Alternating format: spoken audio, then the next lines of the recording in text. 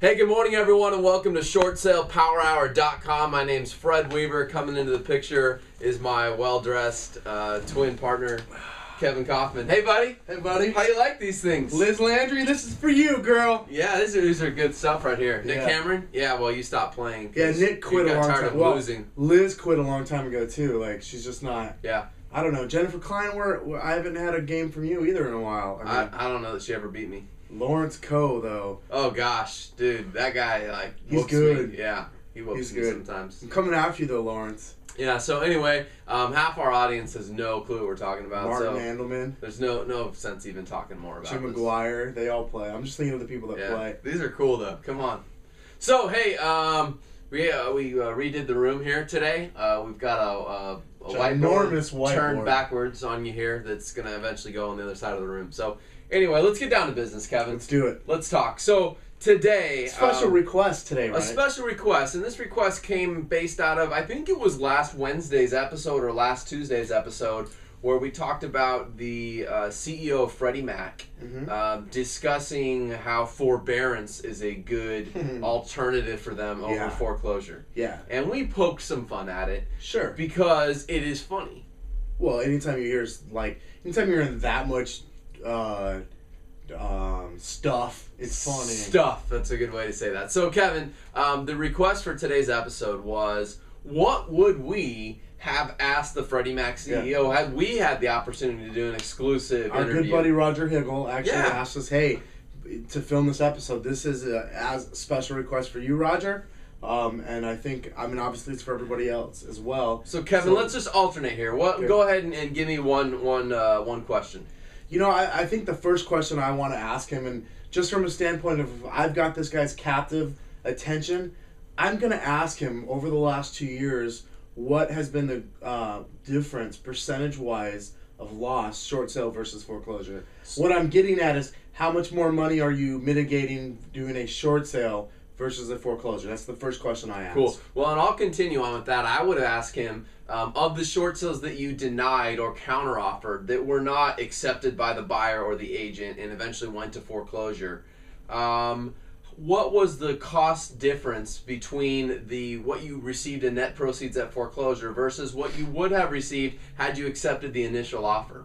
And what I mean by that is a lot of these investors counteroffer, asking for cash contributions and things like that. And my piece would be, okay, so all those that aren't accepted, what did you net at foreclosure? And then what would you have netted had you not asked or not counteroffered the buyer and just accepted the offer that was submitted to you? What's the difference? Okay, that's a great one. So my next question would actually be about their servicers and their agreements with the servicers, and how it is they feel their servicers could better help them mitigate loss through the short sale process. Meaning, what are the things that he sees or that Freddie Mac sees from the inside that their servicers could do better to maybe expedite the process, maybe make the process smoother? What are the things that he would do, assuming the answers to the first two or three questions are what I think they would be?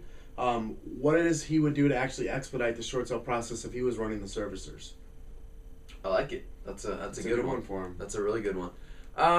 You know what? I mean, there's so many things that are on top of my head. One of the things that I've always want to know when I'm talking to a bank employee, now, would he answer this? I don't know. But I'd like to know what the current pull-through rate is actually how I've heard Chase use that term. It's a great question. I'll define pull-through rate, and it may not be the term that every bank uses or every investor, but what I mean by that is how many short sale applications come in your doors, get actually a file opened on them, versus how many go out the doors, short sale approved, foreclosed, modification. I'd like to know how many applications are open and then how many short sales, truthfully, are actually pulled through and closed.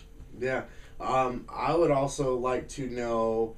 wow, I just completely lost my train of thought with that. I'll jump in on one more then. I mean, we talked about this a couple weeks ago when we were talking about ideas for, improving the process. I'd really like to know why we can't just come up with a system, or what his thoughts are, why he would be hesitant, because I would think he's hesitant because either he hasn't considered this idea or he disagrees with it. But why they don't just, basically allow the buyer to present an appraisal up front and just use that value rather than go get their own $40 value from some BPO agent who hasn't sold a house in the last 24 months, let alone they sold 2 in 24 years. So I guess my other question would be, assuming the answers to those first questions are, short sales are more beneficial, and they are. I know that they are. But after hearing him say it, my question would be, why not okay, let's look, the spread is, say, 15 or 20% between short sale and REO, which it quite often is. Sure. Why not loosen up the guidelines and make short sales a little easier from the seller's perspective, the buying perspective, and the agents? Why not make things easier and just close more deals faster? Oh, absolutely. And to go off of that concept, and this is actually one that was brought up in the Gary Haygood situation that took place last week, where Gary came in and on behalf of Bank of America and spoke to that group of agents. And yesterday's video and the day before, we talked about that. A little fired up. But yeah, we were a little fired up. But I would ask, like you're saying, why don't you loosen the guidelines just to get more through? Why is it that we nitpick on homeowners association fees? Why is it that, the HOA lien states and the non-HOA lien states and the super lien states and the blah, blah, blah states? Well, at the end of the day, Bank of America and Gary Haygood specifically has taken a stance on that, and it's a personal choice that's costing, a guy in the audience yesterday, Eric, said, you're costing your investors millions of dollars. Yeah. And now, he didn't see it that way, but what's happening, and you and I have brought this up to Dave Sunland on more than one occasion, but over the phone on a conference call we had with him, is, look, you're actually losing a lot more deals because you say no to the HOAs up front. And while there are 1 or 2 people out there who can get a negotiate or a HOA fee waived or reduced or get a seller to contribute, the masses are not doing that. And what ultimately happens is those agents and those deals fall apart over a $2,000 HOA fee. Yep. And a $2,000 HOA fee causes an additional $20,000 or $30,000 in fees once the home goes to REO and all the other costs that are associated with that. Oh, so why not just loosen up on stuff like that? Why not direct your servicers to never require that anymore? Well, and to kind of continue on this, these are all like consecutive questions coming together. Why not literally just almost give delegated authority on anything and everything to your servicers?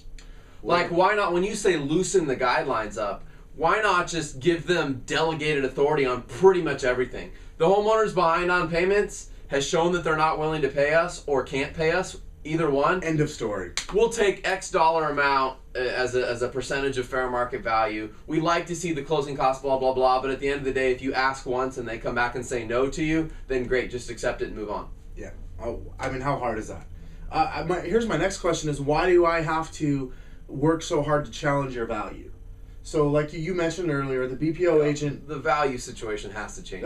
Overall, there's tons of problems with that, but we've got to have an easier system for changing that value. Like you said, I love your idea of offering up the buyer, having the buyer do an appraisal on the front side and that actually being the determining value. But if you won't do that, why is it that you won't even accept my comps as proof that the BPO is wrong? Yeah. Like, we need to make this easier. I sell 150, 200 houses a year.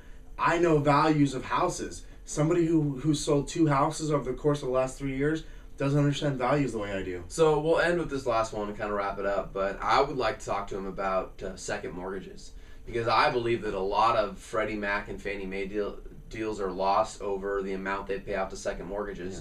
Because they advertise and they talk out there in the media and on their websites that we only pay the greater of $3,000 or 10%, whatever's the lesser, yeah. Excuse me.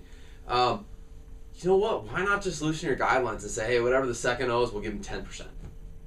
Yeah, of whatever. How many deals are being lost because tons. Green Tree's in second position, PNC's in second position. Chase is in second position, GMAC's in second position, B of A's in second position. The good part is that PNC, it doesn't matter what bank I name. The good part is that PNC and Green Tree will be out of business soon.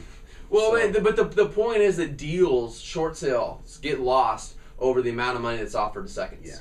A lot of them get lost. A lot of them get lost. And I understand as an investor that, you know what, I don't want to see every second lien holder just, get a ton of money while I'm taking it in the shorts. But at the end of the day, you're taking it in the shorts no matter what. Yeah, and that's the part. Like, who cares? Let's quit doing things because it's the right thing to do or to make a point, because I don't want second lenders to think... Let's just mitigate loss. Yeah, guys, let's pull our heads out of the sand for 2 seconds.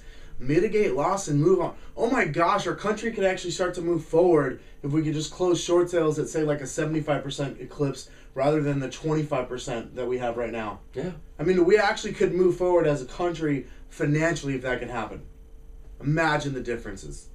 All right, there you have it.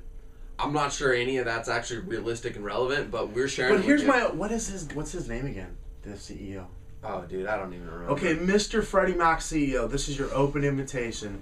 Come to shortsalepowerhour.com and chat with us. And I'll tell you what, we don't even have to ask these questions to you on camera. You might have your PR person write up their own questions that they want us to ask. We're willing to do that the first time around. So this is our open invitation for you to come join us, Kevin and Fred in Group 4610, Arizona's premier short sale team, on shortsalepowerhour.com. And by the way, if the CEO of Fannie Mae is watching this, you're invited as well. CEO of Bank of New York Mellon, Deutsche Bank, any other investor out there, open invitation, come sit here on the black couch. If you wish, you can fly. You can pay to have us flown out to your area, and we'll do the interview in the couch there in your office, and we'll be more than happy to post this on the web for you. I know you guys love being on YouTube, and we're looking forward to this. The agents are gonna love it. We're gonna rock it out together. So, all right, guys, you know how this goes. On 3, 1, 2, 3. Short sale power hour. Short sale power hour. Crush it. Words with friends. Crush it.